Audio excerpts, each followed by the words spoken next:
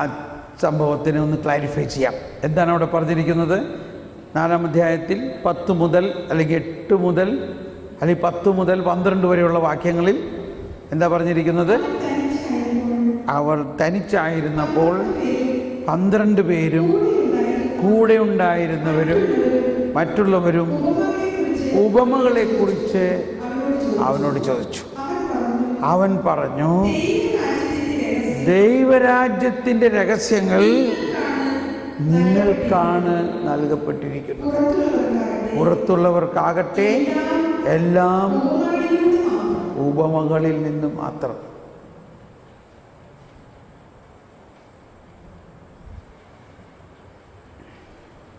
ഇപ്പം നിങ്ങൾ 2 ദിവസം പ്രാർത്ഥിച്ചിട്ട് ആർക്കെങ്കിലും ഇതിൻ്റെ ഒരർത്ഥം തോന്നുന്നുണ്ടോ? ഒരു സൂചന ഒന്ന് പരിശ്രമിച്ച് നോക്കിയേ. എന്തുകൊണ്ടാണ്? ഇല്ല, അടുത്ത് ബാക്കി പറഞ്ഞേ, ബാക്കി വായിച്ച്. അവർ കണ്ടിട്ടും കാണാതിരിക്കുന്നതിനും കേട്ടിട്ടും ഗ്രഹിക്കാതിരിക്കുന്നതിനും അങ്ങനെ അവർ മനസ്സ് തിരിഞ്ഞ് മോചനം പ്രാപിക്കാതിരിക്കുന്നതിനും വേണ്ടിയാണ് അത്. അവർ കണ്ടിട്ടും കാണാതിരിക്കുന്നതിനും കേട്ടിട്ടും ഗ്രഹിക്കാതിരിക്കുന്നതിനും അങ്ങനെ മനസ്സ് തിരിഞ്ഞ് മോചനം പ്രാപിക്കാതിരിക്കുന്നതിനും വേണ്ടിയാണ്. എന്തെങ്കിലും ഒരു സൂചന ആർക്കെങ്കിലും കിട്ടുന്നുണ്ടോ? യെസ്.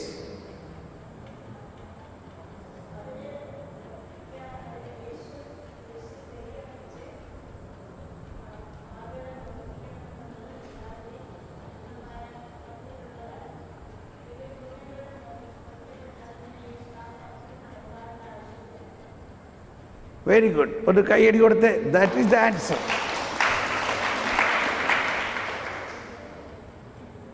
എനിക്ക് മുഴുവനും കേൾക്കാൻ പറ്റില്ലെങ്കിലും യേശു കുരിശിൽ ബലിയർപ്പിച്ച് കഴിഞ്ഞാലേ എല്ലാവർക്കും മോചനം കിട്ടുള്ളൂ, ഇല്ലേ? പിതാവിൻ്റെ ഓക്കെ. എനിവേ, അപ്പം നമുക്കിങ്ങനെ ചിന്തിക്കാം. Thank you. എങ്ങനെയാണ് എല്ലാവരും രക്ഷിക്കപ്പെടുക? യേശുവിൻ്റെ പരസ്യ പ്രഘോഷണത്തിൽ യേശുവിൽ വിശ്വസിച്ചാൽ മാത്രം രക്ഷിക്കപ്പെടുമോ? യേശു പരസ്യ പ്രഘോഷണം നടത്തി, കഥ പറഞ്ഞു, അല്ലെങ്കിൽ ഉപമകൾ പറഞ്ഞു, അവർക്ക് ജ്ഞാനം പകർന്നു. അവർ യേശുവിൽ വിശ്വസിക്കുന്നുണ്ടെന്ന് വിചാരിച്ചോ? പക്ഷെ എങ്ങനെയാണ് മനുഷ്യർക്ക് രക്ഷ കിട്ടുക? എന്തു വേണം? യേശു കുരിശിൽ ബലിയർപ്പിച്ച് പാപമോചനത്തിനുള്ള ബലി അർപ്പണം നടത്തുന്നതിലൂടെ ഒരാൾക്ക് പാപവിമോചനം കിട്ടുകയുള്ളൂ.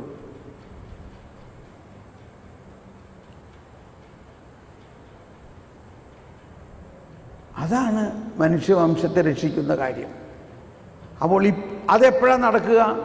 അത് യേശുവിൻ്റെ പരസ്യ ജീവിതം കഴിഞ്ഞാലേ നടക്കുള്ളൂ. അപ്പോൾ യേശുവിൻ്റെ പരസ്യ പ്രഘോഷണ സമയത്ത്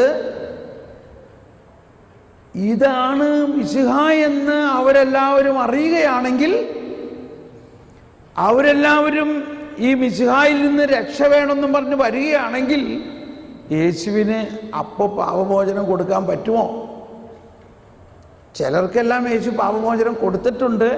പക്ഷേ ഒരു ജനറൽ ആയിട്ട് പാപമോചനം കൊടുക്കാൻ എപ്പോഴാണ് പറ്റുക?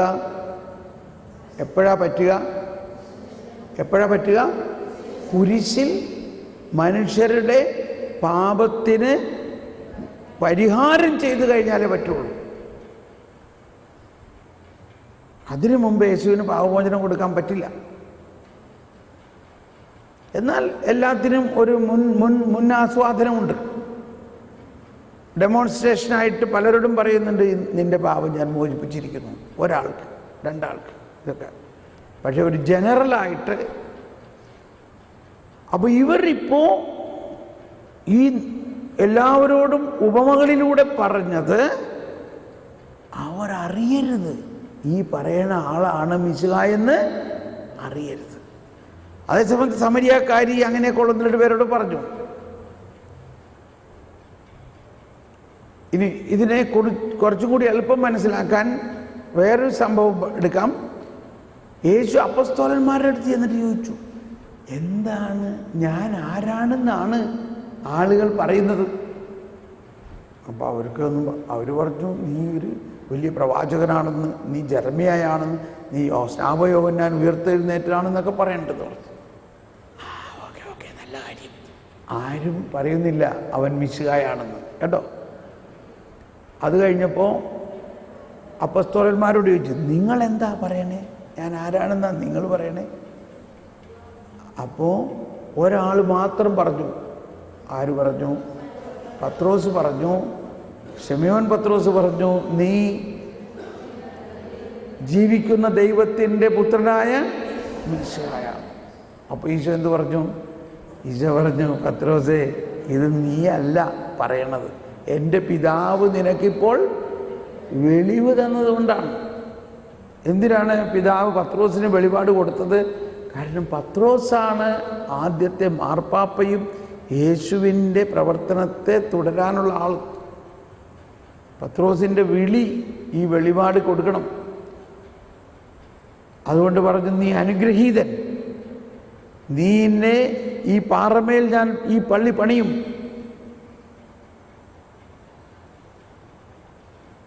നരക കവാടങ്ങൾ നിനക്കെതിരെ പ്രബലപ്പെടുകയില്ല.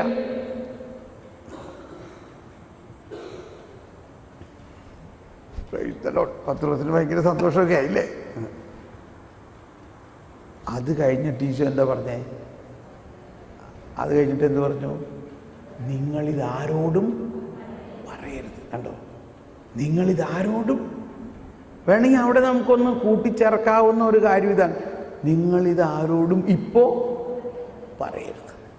എനിക്ക് ജെറുസലേമിലേക്ക് പോകണം, അവിടെ പ്രധാന പുരോഹിതന്മാരും പ്രീസന്മാരും എന്നെ പീഡിപ്പിക്കും, അവരെന്നെ പാപികളുടെ കരങ്ങളിൽ ഏൽപ്പിക്കും, അവരെന്നെ പീഡിപ്പിക്കും, എൻ്റെ മുഖത്ത് കാർപ്പിച്ച് തുപ്പും, എന്നെ അടിക്കും, എന്നെ അവർ കൊല്ലും, എന്നാൽ 3-ാം ദിവസം ഞാൻ ഉയർത്തെഴുന്നേൽക്കും. അപ്പോൾ ഞാൻ നേരത്തെ പറഞ്ഞില്ലേ, നല്ല വളർച്ചയിൽ വന്നു കഴിയുമ്പോൾ നമുക്കുണ്ടാകാൻ പോകുന്ന സഹനത്തെക്കുറിച്ച് നമുക്ക് മുന്നറിയിപ്പ് കിട്ടുമെന്ന് പറയണത്. ഈശോക്കെപ്പോഴും ഈശോ വരാനിരിക്കുന്നത്, ഈശോയെ സംബന്ധിച്ച് എല്ലാം മുന്നറിയിപ്പാണല്ലോ. ആ ലെവലിലേക്ക് നമ്മൾ ഉയരാൻ പറ്റും. വരാനിരിക്കുന്ന സഹനങ്ങളെയൊക്കെ നമ്മൾക്ക് മുൻകൂട്ടി കാണിച്ചു തരും, ഈശോയിൽ അത്രയും നമ്മൾ ലയിക്കുകയാണെങ്കിൽ. എന്നിട്ട് അതിന് ശക്തി തരും. അത് ഒഴിവാക്കാൻ വേണ്ടിയല്ല. ഒഴിവാക്കാൻ ഇനി നമ്മൾ ഒരിക്കലും ഒഴിവാക്കില്ല. ഇനി ഒഴിവാക്കുമോ നിങ്ങൾ?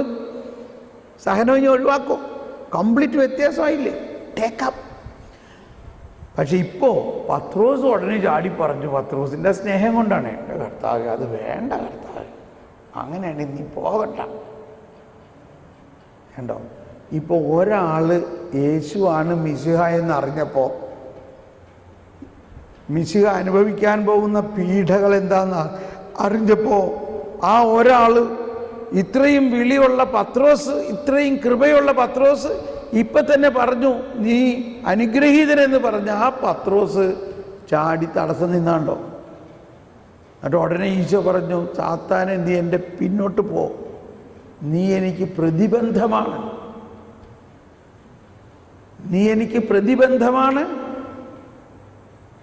നിന്റെ ചിന്ത മാനുഷികമാണ്. പിന്നെ എന്താ നമ്മൾ ചിന്തിക്കണ്ടേ? നമ്മൾ മനുഷ്യരാണെങ്കിലും നമ്മൾ ദൈവമക്കളാണെങ്കിൽ നമ്മൾ എന്ത് ചിന്തിക്കണം? ദൈവത്തെ പോലെ ചിന്തിക്കണം, ദൈവികമായി ചിന്തിക്കണം. ഇപ്പോൾ ഈ വ്യാഖ്യാനത്തിന് ഇതിന് നല്ലൊരു സപ്പോർട്ടിംഗ് ആണ്. ഈ പബ്ലിക് മുഴുവനും അറിയുകയാണ് യേശുവാണ് മിശിഹായാണെന്ന് അറിഞ്ഞിരുന്നെങ്കിൽ അവർ മിശിഹായുടെ ഈ പീഡാനുഭവത്തിന് സമ്മതിക്കില്ലായിരുന്നു, തടസ്സം നിൽക്കുമായിരുന്നു.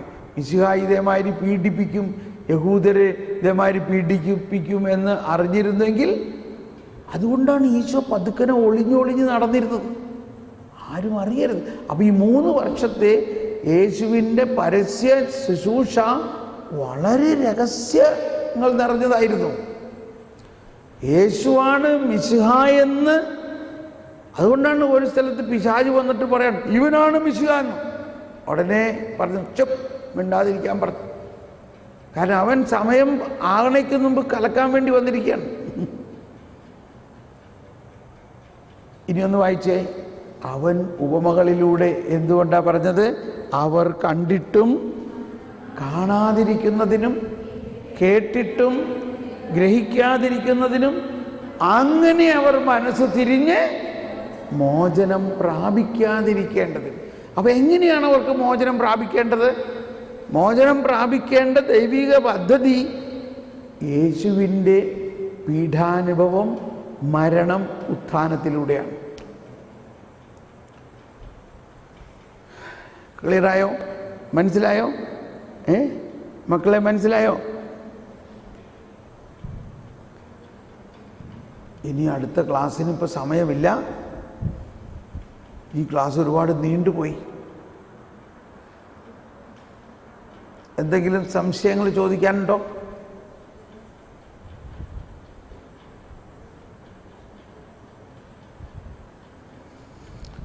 ഞാനൊരു 15 മിനിറ്റും കൂടി എടുക്കണോ? എടുക്കട്ടെ? എന്നാൽ നമുക്ക് പെട്ടെന്നൊരു പണി ചെയ്യാം.